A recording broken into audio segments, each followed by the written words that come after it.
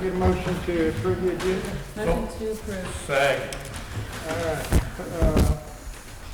Got a motion to approve and a second by Mr. McClung. Any changes or additions? Yes. I've got two. We need to remove item number 1, resolution for line of credit from the hospital. Remove it Remove completely? it completely. And also, I think we will be postponing item number 3, the definitions for the bed and breakfast, to the next council meeting.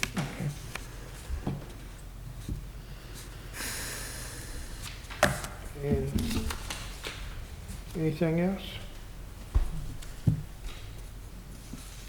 If not, all those in favor of the agenda as amended, signify by saying, well, roll call.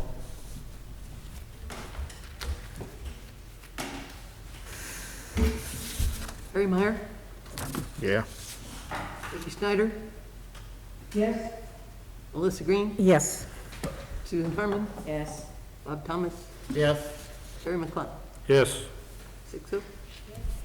All right. Get a motion to approve the minutes. So moved. Second. Okay, motion to approve by Terry and second by Ms. Green. Any additions or corrections? Hearing none. All in favor, signify by saying aye. Aye. Any opposed? Unanimous.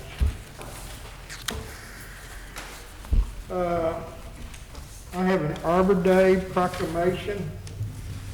This is due to the COVID-19 public meeting restrictions. There'll be no Arbor Day celebration this year. However, I am going to be reading our Arbor Day proclamation to celebrate our 38th year as Tree City, USA. And we get a little sign for that we get to put up. Our board coming into town. We are the oldest tree city in the state of Arkansas. And so we've been Tree City since 1981. So whereas in 1872, J. Sterling Morton proposed to the Nebraska Board of Agriculture that a special day be set aside for the planting of trees.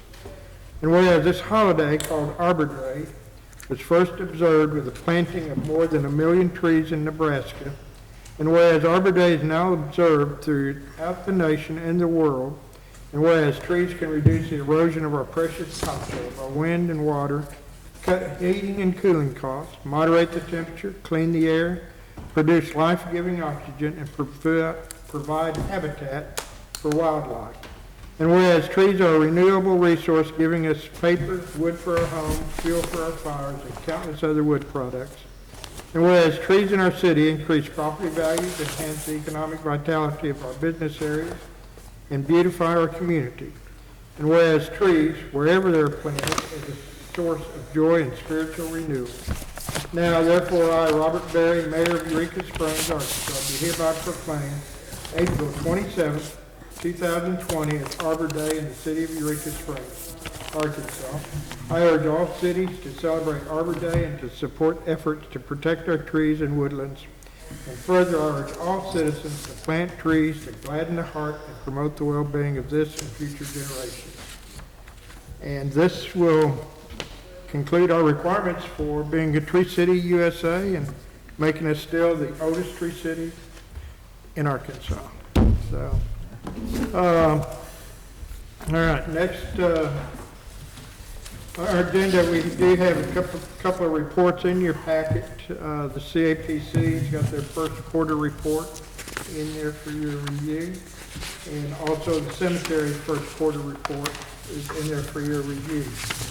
I did talk to the chairperson of Parks, and they are meeting tomorrow night and approving their quarterly budget review and report, and also last year's budget. So next week, the next council meeting, we should be able to have their report and budget approval from them. So That brings us to item of new business is the Raymond James bond refinancing proposal. Get a motion to discuss. Motion to discuss. Second. All right. This is a proposal refinancing that was submitted to us. And I'm going to let Gates sent you guys copies of that. But I'm also asked Lonnie to bring us a brief summary, if he would. Mr. Clark?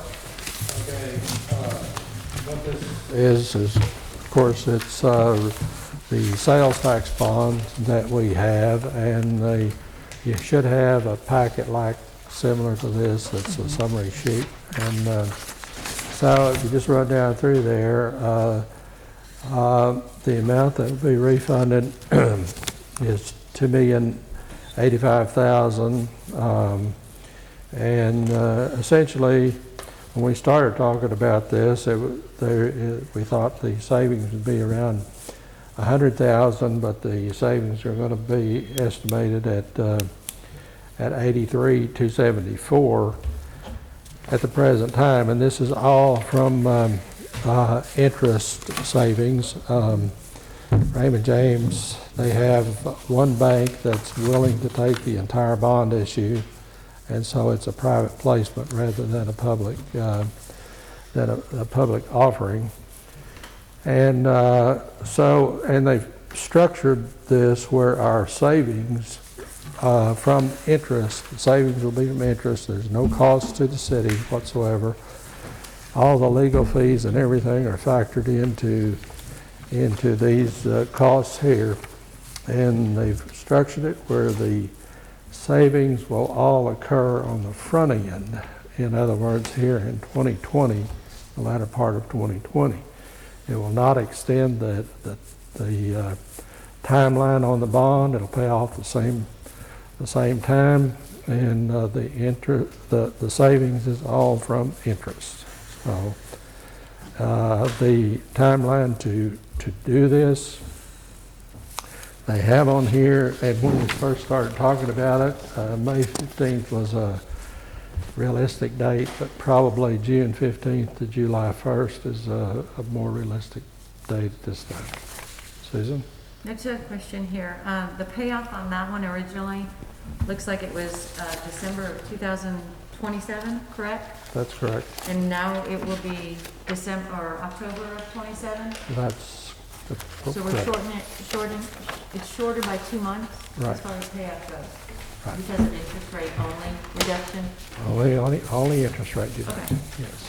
And one of the things that whenever I was discussing this with them was it wouldn't seem reasonable to me that we go out to 25 or so and then we start realizing the savings. We need the savings here on the front end and the lower payment. So, Harry? It says here the old net is 124 due this year, 124,000. Yes. The old net debt service in 2020? Uh-huh. Right. I thought it was 235. What was that? The money coming out of the debt reserve, or the debt service reserve account, is offsetting that? I'd have to go back and check that. It could be, but because the debt service reserve fund up there is 151,000. So I took their schedule and I did match it up some with par values. I'll bet that's what it is.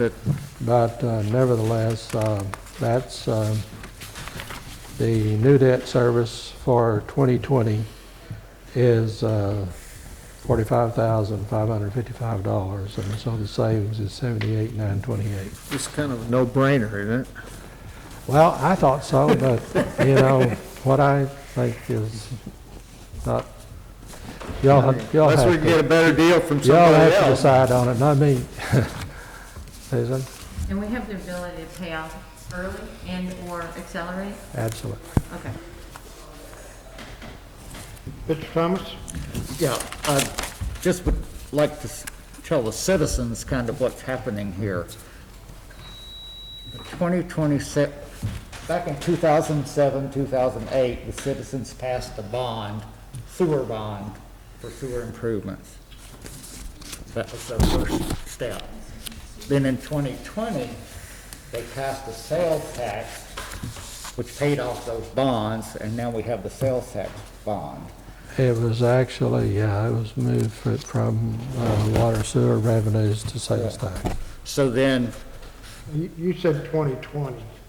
2012. 2012, I'm sorry. So in 2012, they passed the sales tax, 1% sales tax. So now, we're going to take the money that's owed on those 2007, 2008 bonds, we're going to do a new bond fund, and the citizens are going to have a 1% tax, which they passed in 2012, thinking that it would pay off this money. But again, there was this little bitty line in that ordinance or whatever that said the city could take that money and use it, put it into the general fund. So basically, we're going to pay off the, I've got it here. we're going to pay off the bond, or they're going to refinance the bond for the third time, finance the bond, and they still have a 1% sales tax in it. So it saves us money this year, but, you know, it's a convoluted process here. Well, yeah, had the surplus, which was more than the payments, the surplus from the 1%, which was more than the payments, had it been spent on the sewer system, and now it couldn't have been spent on any payments until 2017. Right. And that's here on page 8 in the redemption, you know, and then in October 1st of 2017, then the city could start redeeming some of these bonds, but not until then. Right. That's just, you know, I believe, Lonnie, you can correct me or not, but I believe it's because they don't know how much money a 1 cent is going to bring in. You're going to have some money, you know, you want to calculate it so there's plenty there to pay the bond. But then, of course, I think, I wasn't here, I wasn't on the council, I think that money should have been spent on the water sewer system anyway. So it's an $83,000 savings this year, but you have to remember the citizens are, and everybody that comes to town is going to be paying a 1% sales tax forever, because there's no Oh, this retires, sunset clause on it. Well, this retires. Well, the bond Last time, retires, but what he's saying is the tax does not. the last time that we asked about it, Lonnie told us that there was no sunset clause on that. Well, maybe I guess I need to be corrected, because from what I read here, Maybe you need to correct Lonnie, I don't know. You know. I thought it retired. Argue that out, yeah. But when would it be retired, in 27? yeah, So we're when still, the bond's paid off, the sales tax goes away. so then, for the next 7 years, we're gonna be paying the sales tax and this new bond payment. Yeah, we're still obligated to pay the money. That was done in 2012. it was refinanced or refunded in 2020. The bond was already there. 2008. Yes, ma'am. Me? Susan, Or do you need a motion? I do need a motion to Make a have motion that we prepared accept the proposal. proposal from Raymond James on the sales and use tax bond for 2012. Second. Any further discussion? I'd like, could Lonnie look at your papers and about, I'm sure he's got it. well, I'd have to go back and take a look at it, but here's one thing that I would say on it. If, you know, if they did do it, and the sales tax was passed, I think, before the 2012, the refunding. the sales tax was the refund, was to refund those. the Yeah, earlier bonds. it refunded a different bond that was financed by water sewer revenues, from Well, what this is. Essentially then, you're spreading the refunding, it seems to me, from the consumers of the water and sewer services within the city to everyone who comes into the city and spends money. Ms. Harmon? I think No argument. If we want to get a clear clarification on what the tax is and how long it is to be paid, that's great. But this is just a proposal on refinancing, so That's those true. are two separate items. Any further discussion on the motion? Get a roll call, please, ma'am. Harry Meyer, Yes. Melissa Green, Yes. Susan Harmon, Yes. Terry McClung, Yes. Bob Thomas, No, Nikki Snyder, Yes. 5051, excuse me. Okay, we will have a ordinance have been brought to ordinance and come back with council to review that. Mayor, and I'm sure that, and they offered to come tonight and make the presentation, but there's no place open, virtually no place to eat, and we're restricting the meetings, and so I discourage them from coming tonight, but they will come. Okay, well, we can talk to them, see about when they can have that ready and come forth.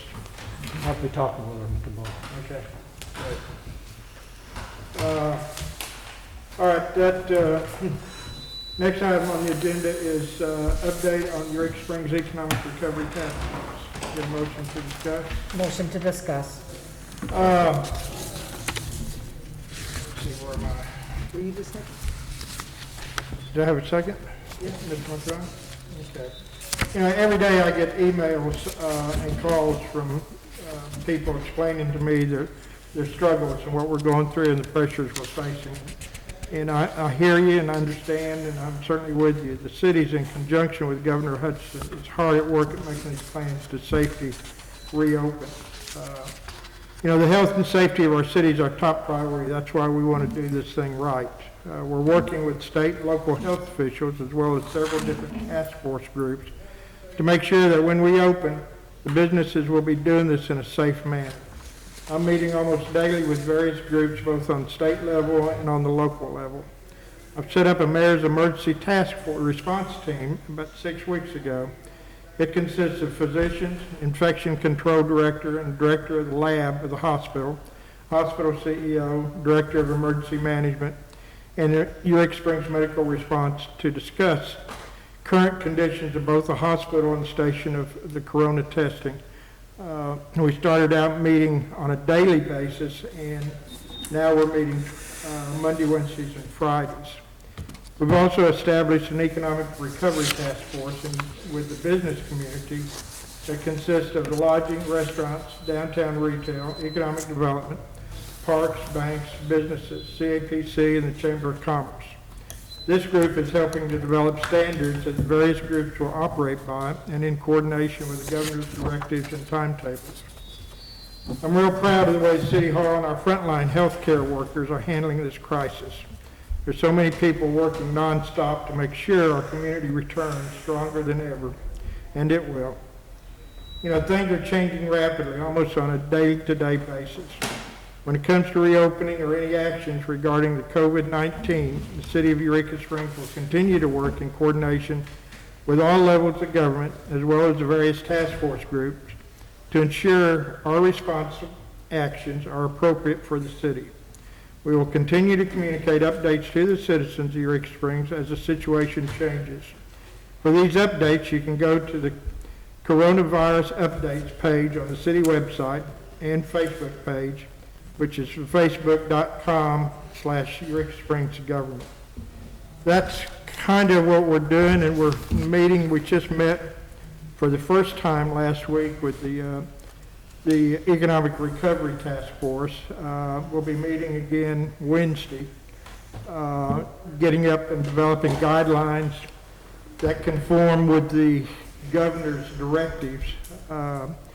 And by that time, we'll probably know more from the governor what his timeline is to have various different businesses open up. I think he's supposed to have May the 4th as a final date to have everything established as far as timeline goes with dates. but part of it, we're still working on a day-to-day basis. We get Zoom meetings almost daily from either the governor or municipal league on this, and so we're trying to pass that information on as soon as we can get it.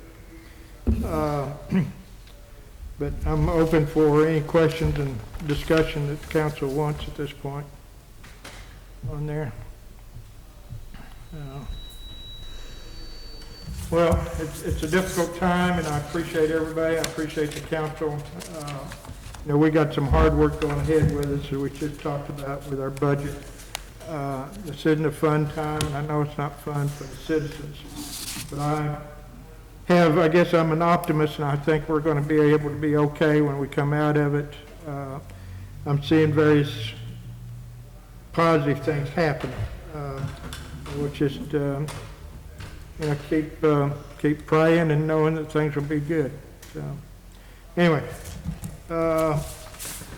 any other comments? How about agenda setting?